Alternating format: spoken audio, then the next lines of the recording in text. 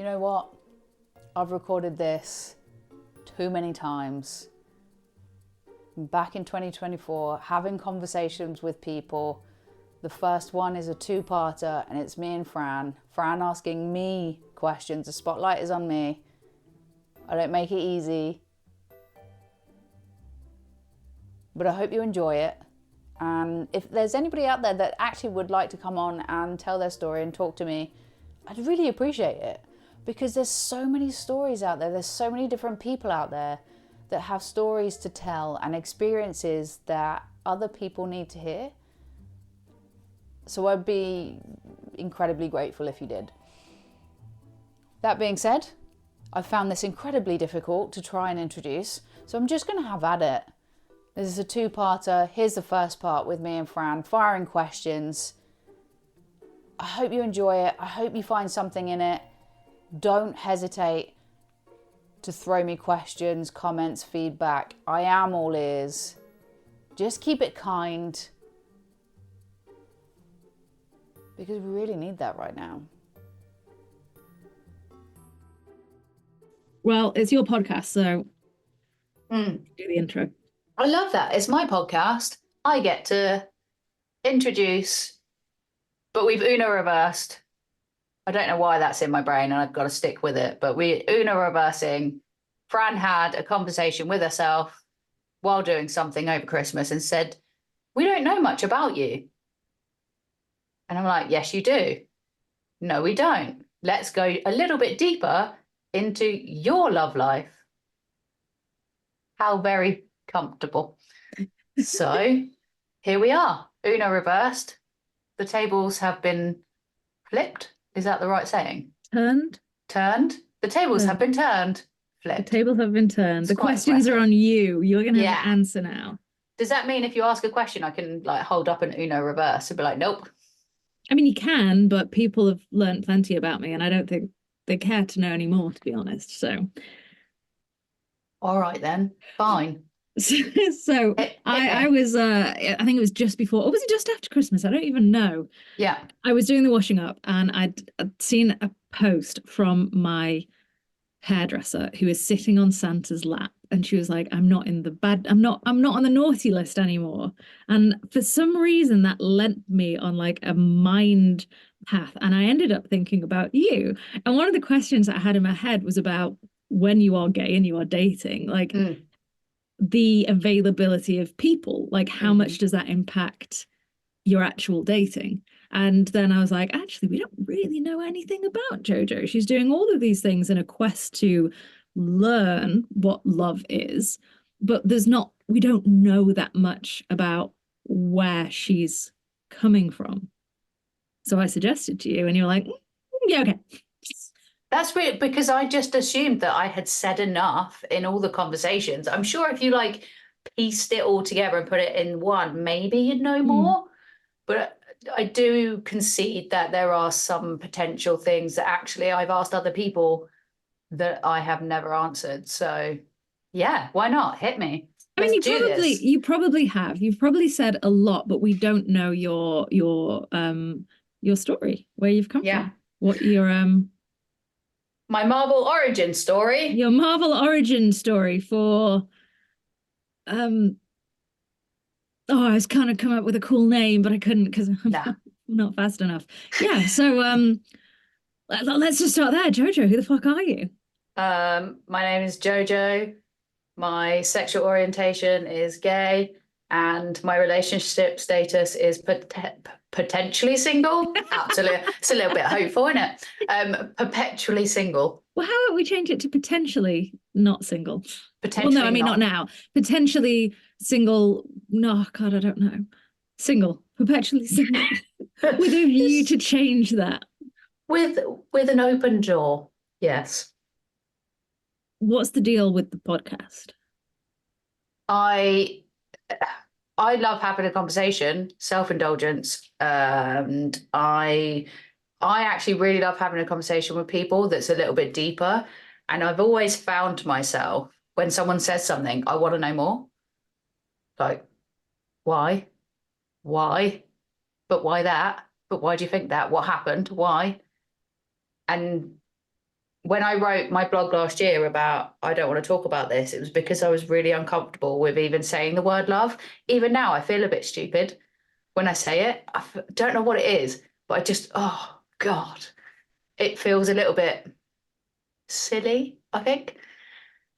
And so I put in my blog, my yearly blog, don't write more than that, that I was on a mission to be more open to love in 2023.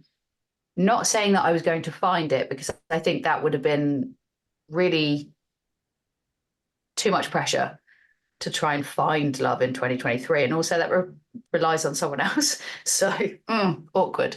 But yeah, I facetiously said, maybe I should do a podcast. Someone said I'd listen to that. And I was like, oh, I was only joking, but why not? Took me 3 months because I was like, why does anybody want to really hear about it?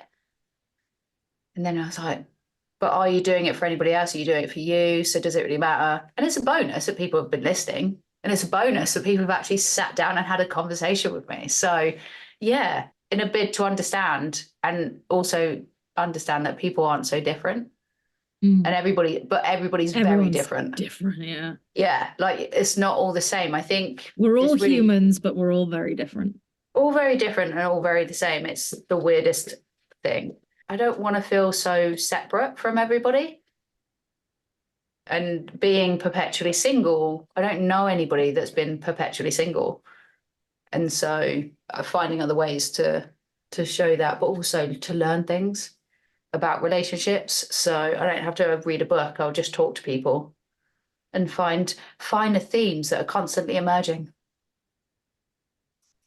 I like how you say that. And if you'd see the video, you'd see she did like a little head wobble that was almost to take the piss out of yourself there. So you said all of this stuff and then completely discounted it with this little like, oh, but I feel so silly. Mm-hmm. I do. No, I do and I don't. I have really enjoyed the conversations, and actually, it's the one time I've taken ownership of going. Actually, I think I'm quite good at it. I think I'm quite good at having conversations with people and going down rabbit holes and picking up threads and asking questions that maybe they don't quite see coming. Not that I'm trying to bamboozle them or anything, but just asking the same questions. There are questions that people know are going to come because I ask them in most episodes, but they'll say something and I'll be like, hold that. Let's look at that.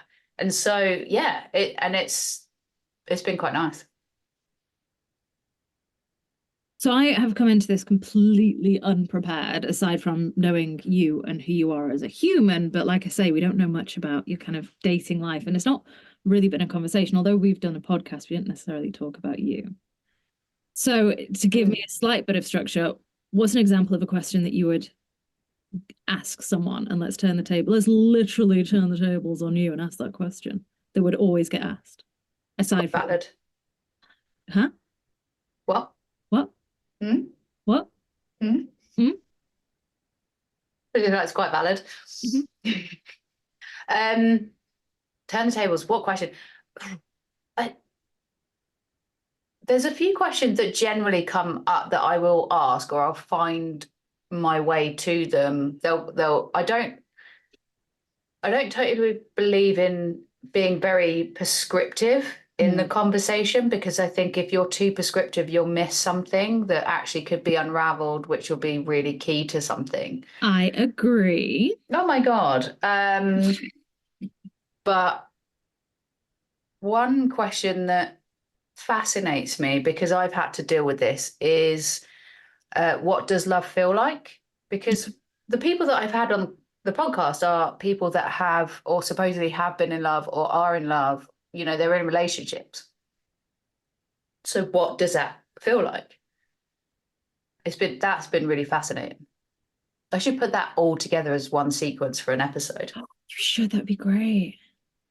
Yes. But yeah, so that would be a question. So, the whole purpose of doing this is to learn kind of what is love. No. What How love, people navigate it. how people navigate it. I was Yeah. going to say, because if it's that and you weren't sure, then I'm not going to ask you what love feels like because you don't necessarily I know. don't know. I do and I don't. When it comes to a intimate relationship. So I'm going to use the words intimate relationship for when I'm saying like girlfriend and stuff, because I know that some people are like, well, you can have, friendships can be quite intimate and this, that, and the other, but Do I'm you mean talking I would say a physical relationship, or I would physical. no, no, I would say a romantic relationship. Yeah, a romantic relationship. I don't know what it's like to be in a romantic relationship where I'm in love. Not really. I think one time I probably thought I was, but I was just addicted to the drama and chaos. Couldn't let that go. But I do know what love feels like in that these moments of, say, I'll romanticize it, obviously, but laying on the sofa with my nephew laying on my chest, he's asleep. Mm. And he's like, anybody that has ever been around or looked after a baby knows that if they are asleep, you do nothing. You do nothing. You don't move. All your needs do not come first. They are asleep. They stay asleep. Do not move. It's essentially the same as with animals in our Mm. house. The rules are if you have an animal on you, they've chosen you, everybody else has to do everything for you. Anyway, So that experience of love is that person comes first, that creature comes first. no. That's just me joking. Okay. But So what does that love feel like? it feels like it is a feeling rather than just trying to put words to it as such. It feels like, and this is where words do fail me, and I've seen it with other people as well, that and it's different for kids because kids are different, but that kind of like, I will do anything for you. Mm. Like an actual example actually was when my nephew Jonah was born. I was in the room and I actually said to my brother-in-law, when you come into this room, as soon as you come into this room, it's not about you. Mm. Like, she's given birth. It's not about you. No one gives a fuck if you're feeling sick. No one gives a fuck if you're emotional. No one gives a fuck about you because it's all about her. Mm. Which is harder than it's hard because that's like there's two examples in this scenario, which is no one gives a fuck. It's not about you. It's all about her. But I remember, and I've been quite emotional about this before in describing this, that when she was in pain, I would have given anything to take that pain away. Mm. Like I hated it. I hated that she was in pain. Like I would have done anything. I would give me that pain. I will take that pain for you. Let the baby slide out. It'll be fine. Like I will take that pain from you. But you know that, you can't do that. And then when he came out, like fucking out it comes. And then his bottom lip just came out and it was like this. And I was like, oh my God, I'll do anything for you. I'll give you everything. I will give you the world. I'll burn the world down if they hurt you, kind of thing. I was just like, Mm. I will give you anything. Like, and so I'm not saying that's love, but it is. But I guess it's slightly unhinged, but it's in the moment because if you step away, you know that they've got to go through their own pain. But you want to be there for them. You'll be there for them. You'll sit with them. You'll be there when they go and hurt themselves and they can come back to you. And it's just this, I want to help you feel safe. I'll be there in your pain. And just this feeling in your chest, like it's so big. And, and I think sometimes the word, you can't put words to it because it's so big, because it's so immense. And so like, But yeah, I think that one room, there was 2 moments like of just, and then, I mean, as it happens, I couldn't take her pain away, but I could let her cause me pain. And so she was literally biting my hand, but couldn't get purchase on anything. So it was just like constant. I was like, oh, fuck, and nails. So yeah. But yeah, I do believe though, when people have said that what love feels like is safety. So what I was going to say is Yeah. I'm going to indulge you to allow a very wordy thought Thanks. focused description of what love for others is like. But what I wanted to ask was, but what does love feel like for you? What does it feel like to be loved for you? Obviously, romantic relationships aside, because I've never, even when they said they loved me, I never felt it. But I think that was just me, like not allowing it because I wasn't attracted to them. I think there's got to be a two-way street, right? In some How did you not respects. allow it? Because I wasn't attracted to them. How can you not allow it? Well, I'm not attracted to them, so I'm not, well, not allow it is probably the wrong word. The wrong sentence to use, because I just wasn't attracted to them in any way, shape, or form. Not really. Okay, That's we'll really get to that. harsh. Yeah. We'll get to that. Yeah, no worries. Look forward to it. But what does I feel like? It's warm. It's for me, because I don't want to speak on other behalf of it. It's like it's warm. It's just all encompassing. It's a feeling in your chest. Say that, keep saying it like I'm talking about other people, but it's a feeling in my chest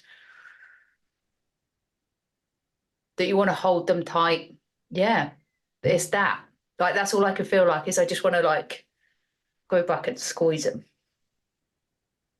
You know that like cute aggression. I was just thinking cute aggression. So I just want to squeeze them.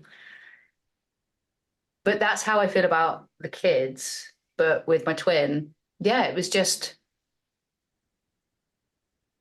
there's like I never thought I would feel that, but I just did. I wanted to take her pain away. I loved her that I love her that much that I just was like, I will. How can I do this for you? Like, I will take this pain for you. I will push this baby out, whatever needs to happen, so you're not in pain.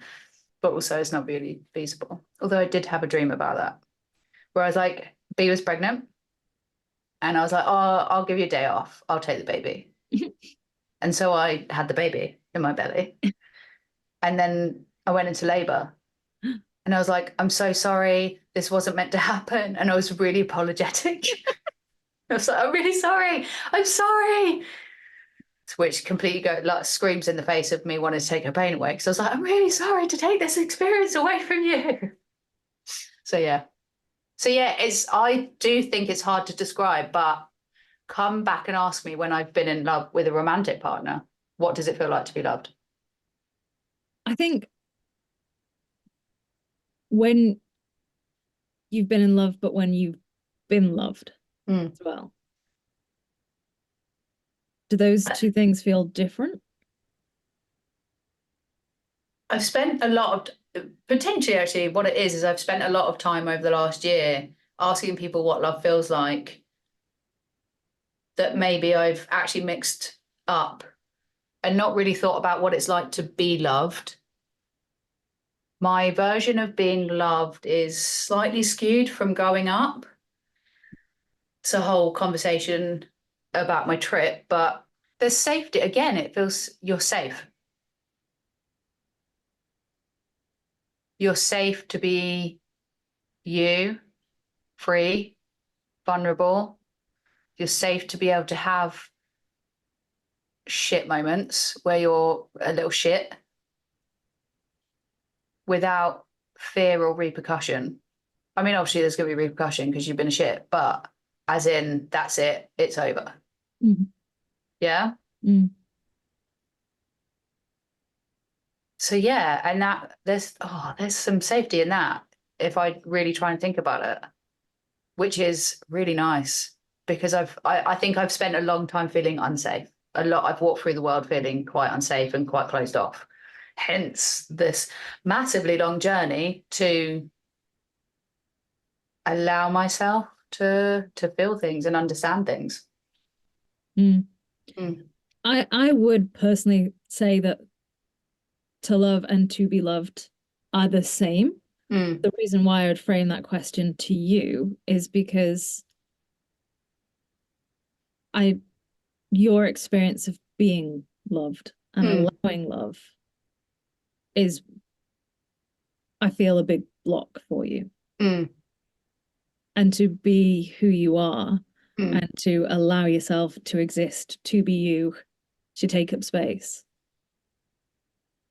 And so even though I would personally agree that the two are the same, the question might hit differently if, rather than you're talking about giving it to someone else, you're talking about how you would receive that.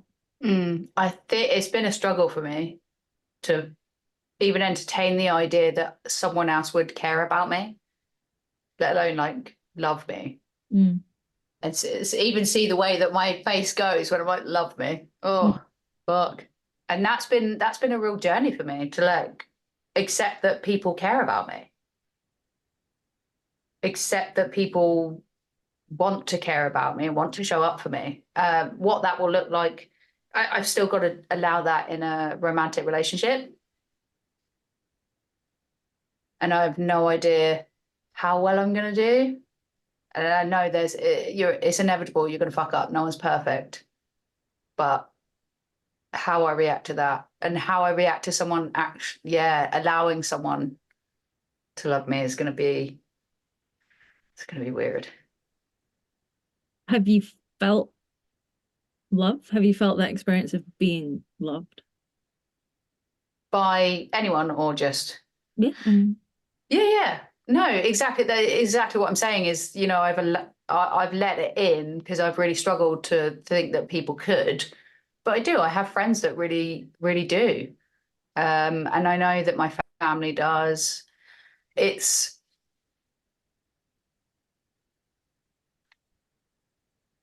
think though family is a little bit different to friends, because, you know, you've got that whole like history of growing up and evolving and working out. There's that thing about when you get older and you realize what was okay and what wasn't okay as a child. And you're like, what? And that fundamentally shifted relationships for me, like with my family, when I realized that wasn't okay. And then like, oh man, that's a whole thing in itself. So yeah, no, I do. I think there are people out there that really that do love me. When you realized what wasn't okay, or is that private stuff that you don't want to get into? No, I just the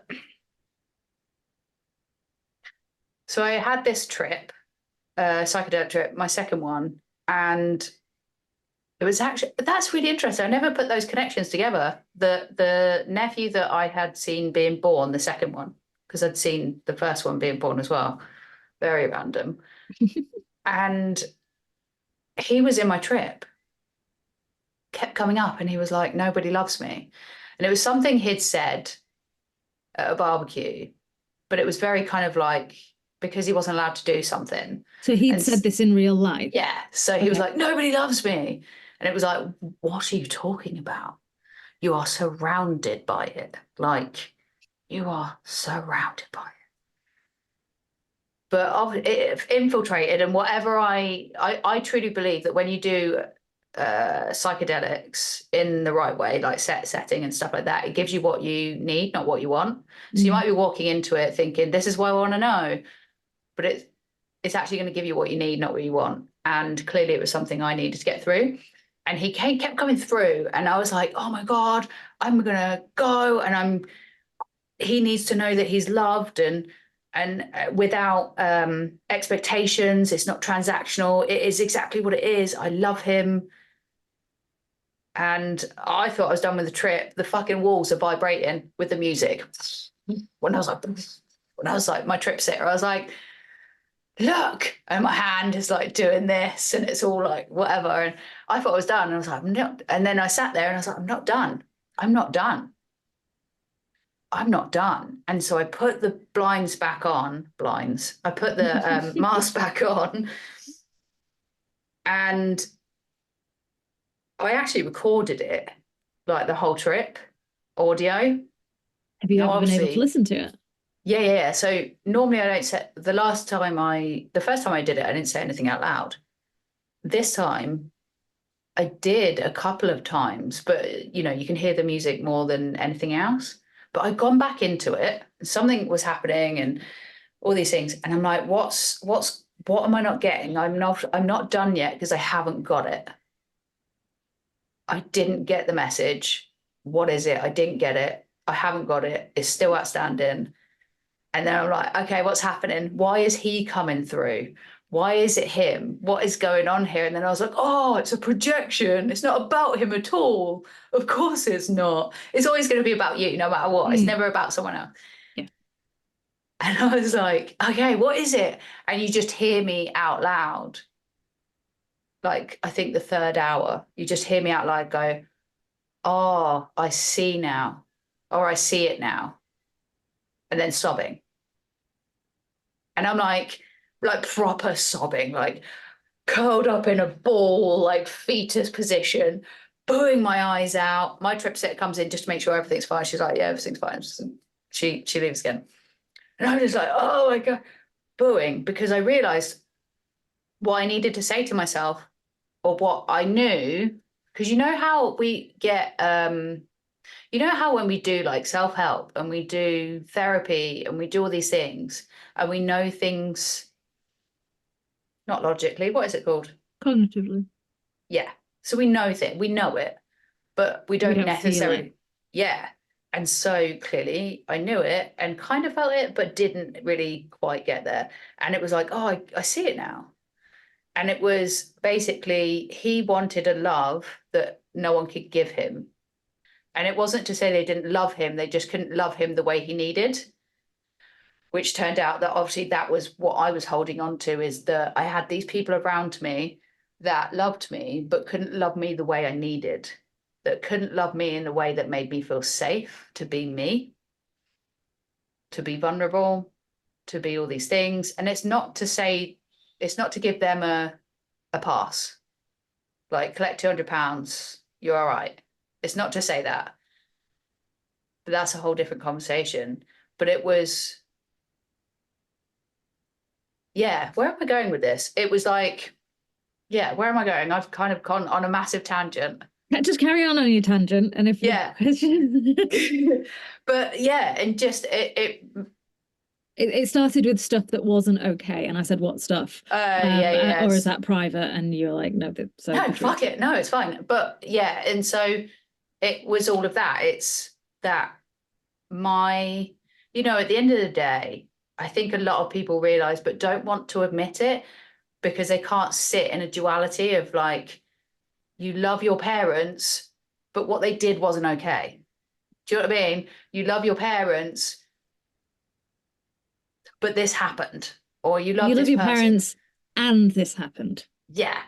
And Yeah, this and I happened. think it's okay. That's a struggle a lot of people have. Like, Yeah.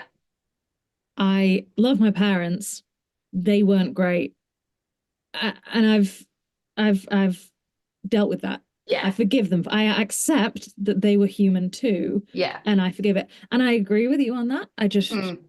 I think there also needs to be self-compassion to go, and Yeah. my needs were completely valid. So, you're saying like, Yeah. I wasn't loved in the way that I needed to be. What does that mean? What way did you need to be loved? Well, there wasn't, we weren't the physical or verbally affectionate family. Like it wasn't there. My dad wasn't around. He left when we were 9 months old. Mm. But let's face it, when you're cheating on someone, you left a while ago. Do Mm. you know what I mean? You're not there anyway. You're not there anyway. And so he wasn't available. And it was a very much a kind of on his time and judgmental and, these expectations of not being good enough. And, my mum had to work because she had 4 girls to raise and a mortgage to pay and all of that jazz. So she had to work and she didn't have the emotional capacity, the emotional bandwidth To give it all. to give it all. And I internalized that so deeply, so deeply. Like, because I remember my therapist saying about traumas and what happened, and I'm like, what traumas? Mm. I wasn't, no, I didn't have trauma. Like they just weren't there. Yeah. And she's like, that is fucking trauma. It's so hard, isn't it? Because people are like, well, no, people were abused, people were Yeah. raped, people were starved, people were beaten. Like, well, small, I say with quotation marks, Mm. still, and emotional neglect is trauma. Yeah. That's not small. When I'm talking small, I'm talking kind of my own. Mm. That is trauma, and it's okay. Yeah. But also along the same lines, the way you worded it was I wasn't loved in the way I needed to be, Mm. as if you were asking for too much. Yeah. So that's another thing that I internalized, that I was too much, because I was a very angry kid, but that was circumstance. I felt very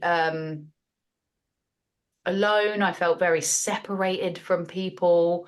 It was a real struggle for me to connect with people Mm. compared to be like friendships and stuff. So, for example, this is a therapy session, isn't it? Fuck it, let's go. It's free. Um, but I would have friends on the street, and what would happen is I would go. So I played football, as very much tomboy, all of that kind of stuff. Had boy friends, and I would go, like, we would go to my nan and granddad's for the weekend or whatever, and I would come back and they had decided they didn't like me anymore. Right. So straight away, like, not only am I being rejected by my fucking parents, but the kids are rejecting me too. And so I really internalized every little thing that happened to me. I took it. No, I fucking like wore it. Like, and so it's been very hard for me to like get all through that. And that's really, I think that's what's really, really stopped me from, or hindered me from having a relationship with someone, even friends until now. It's taken me a long time, but really hindered me from having an actual genuine connection with a romantic partner, because I just am like, nope. So B is your identical twin. Yeah, And we've been tested. And socially, you said she had an easier time socially. Yeah, I mean, let's not forget that you are more likely to have an easier time if you're straight and if you look straight. Do you know what I mean? I didn't. I was gay, obviously, as when I was younger, that wasn't yet out. It was there, but you But just it was didn't there. know I was a it. tomboy. I liked playing. I lived, breathed, and ate football. Like that was my world. My hero was Eric Cantona. I like just that was what I did. I played football. I watched football. That was it. And at one point, I cut my hair, chopped it all off, and yeah. And so straight away, I remember one teacher, because I was being bullied at school. Like literally, as soon as I got to senior school, first day, I was bullied. Mm. And I remember one teacher kind of trying to tell me that it was my fault because of the way I looked. And so I was like, who's coming to fucking save me? Who's coming to protect me? No one. Like, you know what I mean? No one. So yeah, I wore it, and I wouldn't let anybody in. No, no. Those kind of experiences as a child and as a teenager and a young person growing up are, they're not universal. Not everyone experiences that. I think there's a really funny meme that's like, the best diagnosis for neurodivergency is Mean Girls. Because holy heck, do they pick it out quickly. But what is the effect of experiencing that, but having a genetically identical person who doesn't experience the same thing? So actually, just what is that? How does that impact you? It's a good question, because I think even different twins, it might be different. We have the same, like, growing up, but from the not from the very beginning, but from a very early age, we were different. I wouldn't wear dresses, skirts. I fucking hated them. I didn't want to wear pink. I hated everything to do with that. And she didn't. It was very much easier, but also I was told from a very early age and continued to be told about how different we were and about how like she was very upfront. And then if anybody new came to the door, came to the house, I would hide behind her leg or hide behind B. And so I think it does make a difference. Like me already being different makes a difference, and then being repeatedly told, but in a way that the language isn't pretty much negative. Well, that's what I was going to say. Every time you've spoken about a difference between the two of you, it's been, and you're not the type of person to be like blowing smoke up your own ass, but every time you've spoken about a difference between the two of you, it's, I lack in this way. Yeah. She is better in this way, and I lack. And I'm wondering, having that repeated to you, and obviously you believe that to an extent, whether you say you now believe it or don't, you obviously do. Having that said as a child, and then seeing the effect of this human is genetically, like they are me, they just have different behaviors. Yeah. But my friends decide they don't like me, I get bullied. Yeah. How does that impact the I'm not good enough, don't be myself, I lack? It reinforces, and then it's that whole thing, where you look for it to be confirmed. What do you mean? So, like your best friend tells you they're pregnant, and all of a sudden you can't stop seeing pregnant women everywhere. Yeah. Yeah. And so you keep being told that you're different, and the language and the undertones of it is not good. So you see it everywhere. You look for it. You look and you wait for rejection. You look and wait to show that you're not good enough, you're not worthy, and you're not all of these things. And so you're just kind of primed to do that constantly, like in everything from, like just everything. You do it yourself. You're very quick to criticize yourself. You'll say something, go, oh, well, isn't that, oh, that's terrible. Oh, that's a bad thing. Yeah. You are primed to criticize yourself. Yeah. No, exactly that, because that's all I know. Encouraging words weren't really given to us. So that's been a real thing to try and embrace, go, oh, no, you know what? I'm actually good at that. That still has been, until the last couple of years, a very foreign concept. And how have you learned to do that? Therapy.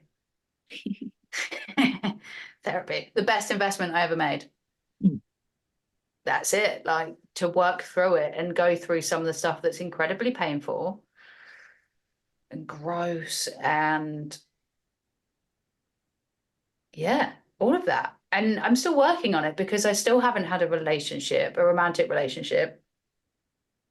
I set out to be more open to it in 2023. Like I said, it was that rather than find love in 2023, because I think there's something you can't control for. So why would you do that? Do you like to control things? Yeah, because if you control, it's safe. When it's not really, it's just you think it is. But I haven't had that. I'm more open to it, I think, but I need to actually be actively like going out, because I'm not in the best of areas for it. And London's only like half an hour away, really. Well, actually an hour, if we think about driving, and then the tube. So safe is a word that keeps coming up with you. Yes. But as a person, the only relationship you've spoken about so far, and we'll get into others, you've spoken about you are addicted to the chaos, to the highs and lows. You're into sports that are adrenaline fueled. You've worked in areas that are adrenaline fueled. You work, correct me if I'm wrong, are you freelance or you're employed? Freelance. You're freelance, which is not safe. Yeah. Yeah. Yeah. So you keep talking about being safe, and this is a word that's really important, but the things that fuel you are not bound in safety. So how do those two align?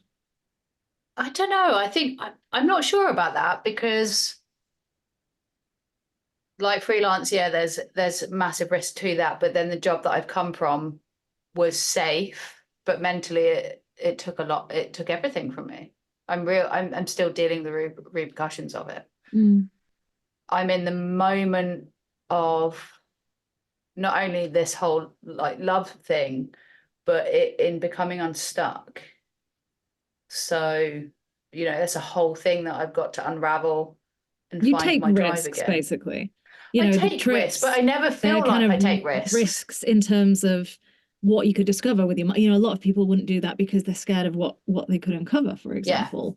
Yeah. You do take risks. You're not Yeah. scared of taking risks, but there are some risks that you are scared of taking. Yeah, which involve other people. Because if you think about it, everything that I've done, it doesn't involve people as like a center. Like being freelance, yes, it involves people, but it doesn't involve, it's not fundamental in the same way that a relationship is. I think it involves other people in the sense that in order to get freelance work, people have to think you're good enough. And there's also a lot of personal things in there, which sounds like for you, it could trigger a lot of stuff of, am I enough? Am I good enough? Yeah, no, Are. absolutely. No, absolutely. But I think that the separation, the distinction there is that with a romantic relationship, there's not just, there's the emotional and the physical side of things. And these are all things that I'm not, well, the physical side, I'm not, what is the word? The first word that comes up is educated, but it's not what I mean. What do you mean? Well versed. Physical in what way? Like the physical side of needs, I'm not well versed in that. Can you reword that? Like the physical side of someone's needs, uh for me, I don't ask for it. I haven't asked for it for a long time. Like that's not something I communicate, and that's not something you need with freelancing. Well, depends on what kind of freelancing. But yeah, so there is a distinction between those things. Risk taking, yeah, I have done it. I consider it, yes, that's a risk and whatever. But this is, to me, it's a whole different thing. It's a whole different ball game, and it requires me to be. You can't be with somebody, truly be with somebody, and only have like what I'm getting an image in my brain is like you can't have the shutter at half mast. You can't allow them in only a little bit. Halfway, no, you have to be all in. Yeah. Yeah. Although, yeah, because my relationships so far have been not even half mast.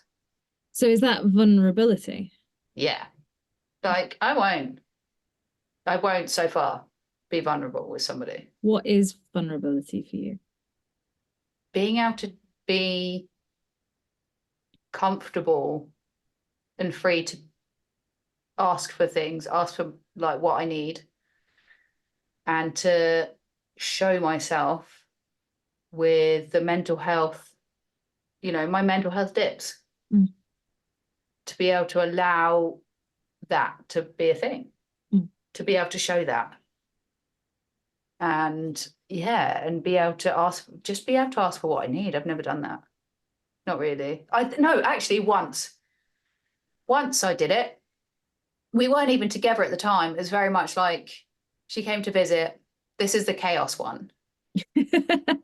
Okay, this is the drama and chaos one. It was very on and off. It was very just so mentally and energetically draining.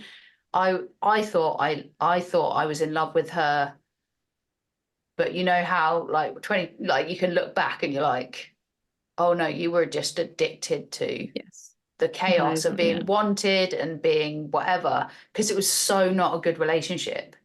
It really wasn't. She was in the closet, internalized homophobia, all of these things. They're like walking red flag. And I walked past and picked all of those red flags up and collected them. Yummy. Yeah.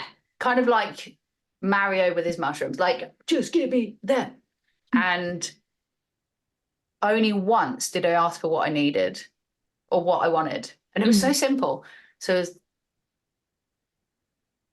we were laying in bed together.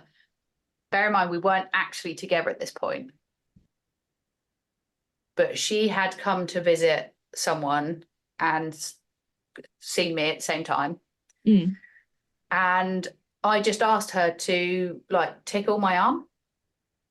Or no, it wasn't. It was, I asked her to roll the ball. You know those balls with the little, what's the names? Yeah. I asked her to roll that on my back. And I was so fucking shocked when she said yes. Why? Because I just didn't think that she would say yes. I was so shocked. But it was the only ever time that I did it. That's the only time. I've never asked anybody to, yeah. This is a really funny example of what you're saying between knowing something cognitively and feeling it, because you, as a very sensible thinking person, if I said to you, out of everybody that you know and like, obviously, because you know a lot of people I'm sure that you don't like, but everyone you know and that you're close enough to, if they asked you to roll the ball on the back or to give them a hug or to just, do something that's physical but not very, very intimately physical, just, a small thing, you wouldn't, would you say no? No, I absolutely am there to and am available for hugs.